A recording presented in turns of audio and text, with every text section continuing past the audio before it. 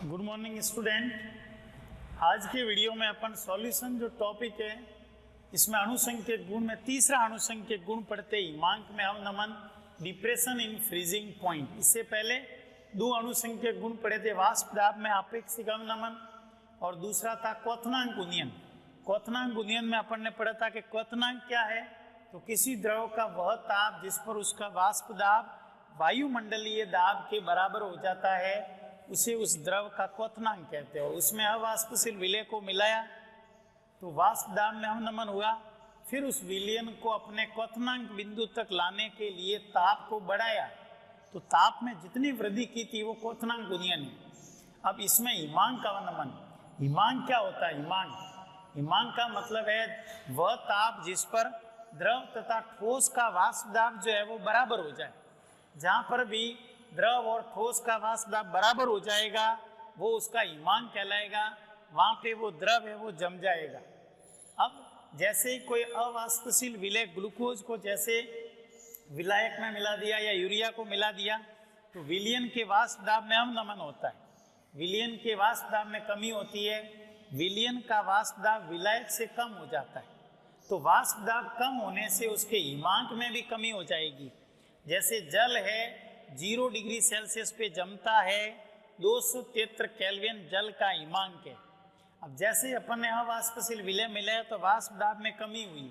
वाष्प दाब में कमी का मतलब जो विलयन है वो 273 से कम ताप पर जमेगा, तो विलयन का जो हिमांक है वो विलायक से कम हो जाएगा और हिमांक में जो कमी होगी उसी को कहेंगे हिमांक अवनमन। जैसे इसको समझने के लिए पहले अपन ग्राफ बनाते हैं, फिर इसका डेरिवेशन देखना। क्वथनांक गुणियन और हिमांक अवनमन दोनों हैं, दोनों में ग्राफ बनाना समझना। वाष्प दाब और ताप के बीच में ग्राफ बनाते हैं, ताप जैसे केल्विन में, ठीक है।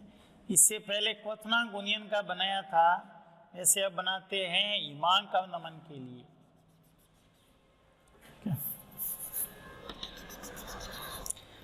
अब यहाँ पर ये जैसे विलायक है, ये विलायक है, जैसे जैसे वाष्प दाब में वृद्धि हुई ताप बढ़ा था।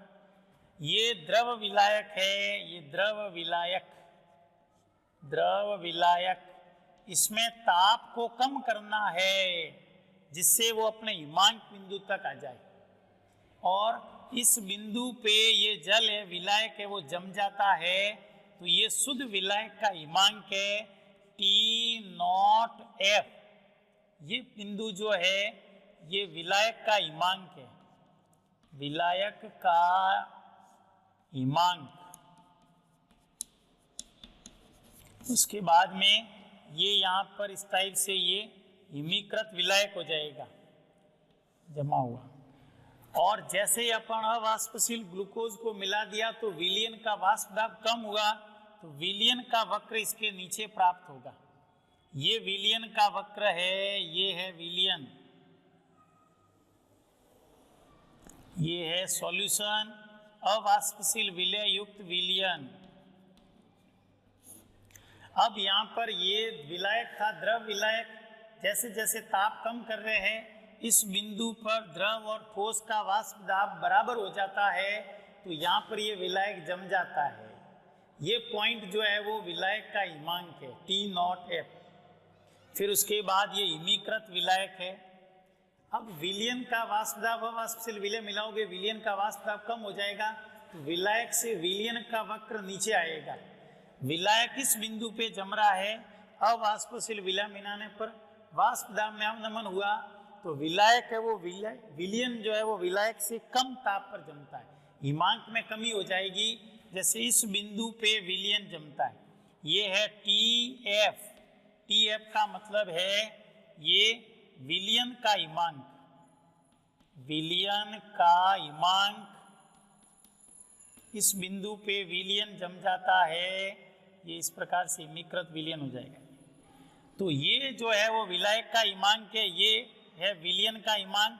तो यहाँ से यहाँ तक ताप में हुई कमी, इसको कहते हैं हिमांक में अवनमन। जमने का बिंदु है वो कम हो गया, इसको लिखेंगे del T F. Del T F का मतलब है हिमांक में अवनमन, हिमांक में अवनमन, अवनमन का मतलब होता है कमी, हिमांक में हुई कमी, ठीक है। और ये वाष्प दाब है total vapour pressure del P. तो अब यहाँ पर इसके अंदर ये ग्राफ कि वाष्प दाब और ताप के बीच में विलायक और विलयन के लिए ग्राफ बनाते हैं, और विलयन का वक्र विलायक से नीचे प्राप्त होता है। जैसे जैसे ताप को कम करते हैं और एक अवस्था ऐसी आएगी जहाँ द्रव और ठोस का वाष्प दाब बराबर हो जाएगा, वहाँ पर वो पदार्थ जम जाएगा। इस बिंदु पे विलायक जम जाता है, ये शुद्ध विलायक का हिमांक है T0F। उसके बाद में इसमें अवाष्पशील विलय मिला दिया, जिससे वाष्प दाब में कमी हुई, और वाष्प दाब में कमी होने से विलायक विलयन जो है वो विलायक से कम ताप पर जम जाएगा। तो जैसे जैसे ताप को कम कर रहे हैं, इस बिंदु पे विलयन है वो जम जाता है, इस बिंदु पे विलायक जम रहा है, इस बिंदु पे विलयन जम रहा है। ये विलायक का हिमांक है, ये विलयन का हिमांक है, और यहाँ से यहाँ तक जो हिमांक में कमी हुई है इसी को कहा जाता है हिमांक में अवनमन। अब इसका डेरिवेशन देखते हैं, जो क्वथनांक गुणन का किया था वैसा सेम है, वहाँ बॉइलिंग था, यहाँ फ्रीजिंग है। तो हिमांक में अवनमन क्या है, तो डेल टी एफ बराबर क्या होगा, T0F minus T F, T0F minus T F, समीकरण नंबर 1, ये हिमांक में अवनमन। फिर वही जो अपने राउल्ट के नियम से, राउल्ट के नियम से वाष्प दाब में जो अवनमन है डेल पी वो विलय के मोल अंश के समानुपाती है, और अपन को पता है कि डेल पी जो है समानुपाती है डेल टी एफ, वहाँ डेल टी भी था, तो इसकी जगह लिख सकते हैं डेल टी एफ समानुपाती एक्स बी, और समानुपाती को हटाने के लिए कांस्टेंट लाओ, तो डेल टी एफ बराबर के एक्स बी, समीकरण नंबर 2। फिर आगे वही एक्स बी का फॉर्मूला लिख दो, डेल टी एफ बराबर के एक्स बी विलय का मूल अंश एन बी बटा n B plus n A, और अपन को पता है कि तनु विलयन के लिए, तनु विलयन में विलय के मोल विलायक से बहुत ही कम है, इसलिए हर में एन बी को नगण्य मान लेते, हर में एन बी को नगण्य मानते हैं। तो क्या हो जाएगा, डेल टी एफ बराबर के एन बी बटा एन ए। अब इसमें एन बी बटा एन ए की जगह फॉर्मूला लिख दो, तो डेल टी एफ बराबर के एन बी की जगह होगा डब्ल्यू बी बटा एम बी, और डब्ल्यू ए की जगह एन ए की जगह होगा डब्ल्यू ए बटा एम ए, ये उल्टा हो जाएगा, तो एम ए बटे डब्ल्यू ए, इस एम ए को इधर ले लेते हैं, तो डेल टी एफ बराबर के डॉट एम ए गुणा डब्ल्यू बी बटा एम बी गुणा डब्ल्यू ए, एम बी गुणा डब्ल्यू ए, ये है जैसे ये समीकरण नंबर, इसको जैसे 3 दे दो। अब यहाँ पर अपन के इंटू एम ए, वहाँ के इंटू एम ए की जगह के भी कांस्टेंट दिया था, यहाँ कांस्टेंट आएगा के है, ठीक है। तो ये ग्राफ है, इसको मैं मिटा रहा हूँ, इस ग्राफ को भी समझना और ग्राफ को बनाना, इसमें डेरिवेशन वगैरह पूछे तो इसके अंदर ये विलायक था, ये विलयन था, जैसे जैसे ताप को कम करते हैं तो ये विलायक यहाँ पे जम जाता है, अवाष्पशील विलय मिलाने पर विलयन के हिमांक में कमी होगी, इस बिंदु पे विलयन जम जाएगा, और यहाँ से यहाँ तक हिमांक में जो कोई कमी वो कहलाती है हिमांक में अवनमन। अब उसके बाद इसको डेरिवेशन इसके आगे करते हैं।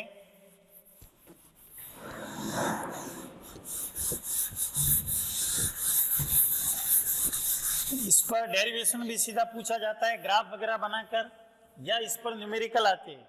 चारों अनुसंख्यक गुण, चारों क्वालिटेटिव प्रॉपर्टीज इंपॉर्टेंट है। अब इसके अंदर इसमें इसके आगे डेल टी एफ बराबर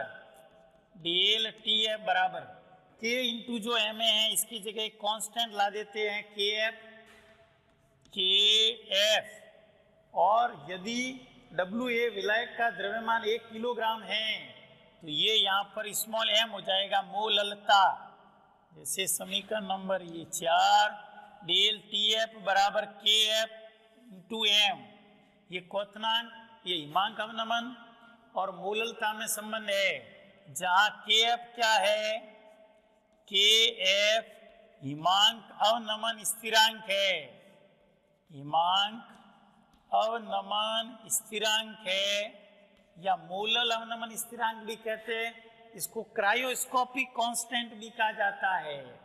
इसकी भी इकाई केल्विन किलोग्राम मोल इनवर्स होती है। यहाँ से भी निकाल सकते हैं के एफ को बाहर निकाल कर। तो इससे पहले वो था क्वथनांक गुणन स्थिरांक के बी या इबुलोस्कोपिक कांस्टेंट, और ये था हिमांक अवनमन स्थिरांक या क्रायोस्कोपिक कांस्टेंट। अब इसी के अंदर हिमांक अवनमन और विलय के अणुभार में संबंध निकालना है कि हिमांक अवनमन डेल टी एफ व विलय का अणुभार एम बी में संबंध निकालते। एम बी में संबंध,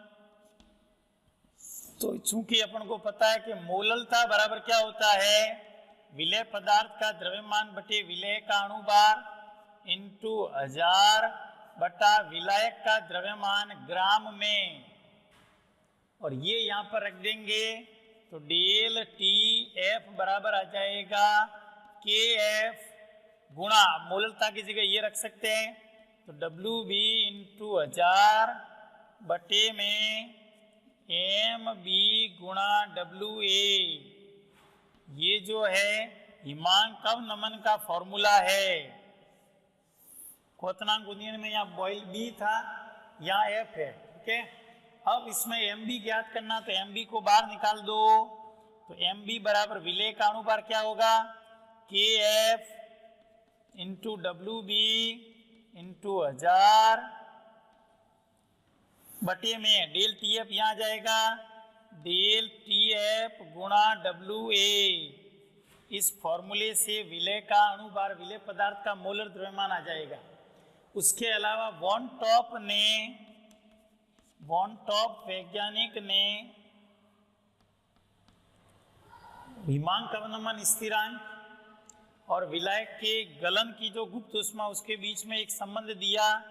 तो के एफ बराबर M A R T F naught का स्क्वायर बटे 1000 गुणा डेल, उसमें लिखा था वाष्पन की गुप्त ऊष्मा, इसमें लिखेंगे फ्यूजन, गलन की गुप्त ऊष्मा। ये के एफ हिमांक अवनमन स्थिरांक के लिए, एम ए विलायक का अणुभार, आर गैस स्थिरांक, शुद्ध विलायक का टी एफ शुद्ध विलायक का हिमांक, और डेल फ्यूजन एच मतलब गलन की गुप्त ऊष्मा। तो ये हिमांक अवनमन था कि जैसे यह वाष्पशील विलय मिलाते हैं तो विलयन के वाष्प दाब में हुई कमी से हिमांक घट जाता है, क्वथनांक बढ़ जाएगा, हिमांक घट जाएगा। अब इस पर जैसे एक दो न्यूमेरिकल करते हैं, जैसे एग्जाम्पल, इन फॉर्मूलों पे न्यूमेरिकल समझना, या तो इसका डेरिवेशन सीधा प्रश्न पूछा जाएगा या इस पर न्यूमेरिकल प्रश्न आएगा। जैसे एग्जाम्पल लेता हूं मैं एक 25.6 ग्राम सल्फर को 25.6 ग्राम सल्फर को 1000 ग्राम नेफ्थेलिन में 1000 ग्राम नेफ्थेलिन में घोलने पर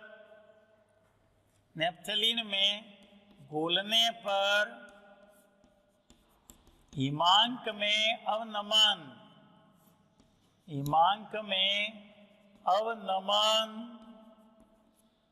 0.68 केल्विन किलोग्राम मोल इनवर्स पाया गया।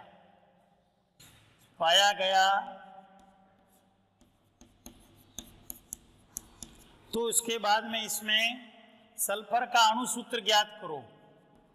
सल्फर का अणुसूत्र ज्ञात कीजिए।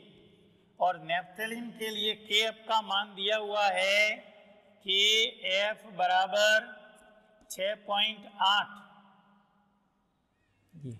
हिमांक में अवनमन जो है, इसके अवनमन तो कमी है, ये केल्विन है, ताप है, 0.68 केल्विन की कमी हो गई। और ये हिमांक अवनमन स्थिरांक है, ये होगा केल्विन किलोग्राम मोल इनवर्स। अब देखो सल्फर का अणुसूत्र पूछा है, 25.6 ग्राम सल्फर, मतलब WB दिया हुआ है 25.6 ग्राम। न्यूमेरिकल कोई भी करो, जो वैल्यू दी गई है वो लिखो। 1000 ग्राम नेफ्थेलिन में घोलने पर WA जो है विलायक का द्रव्यमान है 1000 ग्राम। KF दिया हुआ ही है, हिमांक में अवनमन डेल TF भी दिया हुआ है, डेल TF 0.68 केल्विन। तो उसमें ज्ञात क्या करना है, MB ज्ञात करो पहले।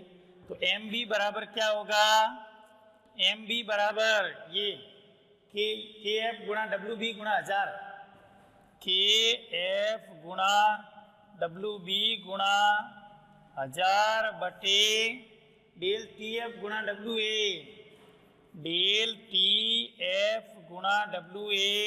इसमें मान रखो KF का मान है 6.8, WB दिया हुआ है 25.6 इंटू 1000 बटे में हिमांक में अवनमन 0.68 केल्विन इंटू WA 1000 ग्राम दिया हुआ है। ये 1000 से 1000 कट जाएगा, ये पॉइंट के बाद एक, पॉइंट के बाद दो संख्या, ये पॉइंट के बाद दो संख्या, 68 से 68 कट जाएगा, 256 बचेगा, 256 ग्राम मोल इनवर्स। ये विलेय पदार्थ का अणुभार आ गया, लेकिन उत्तर क्या पूछा है, सल्फर का अणुसूत्र। तो क्या लिखेंगे, माना सल्फर का अणुसूत्र SX है, माना सल्फर का अणुसूत्र जो है SX है, ठीक है।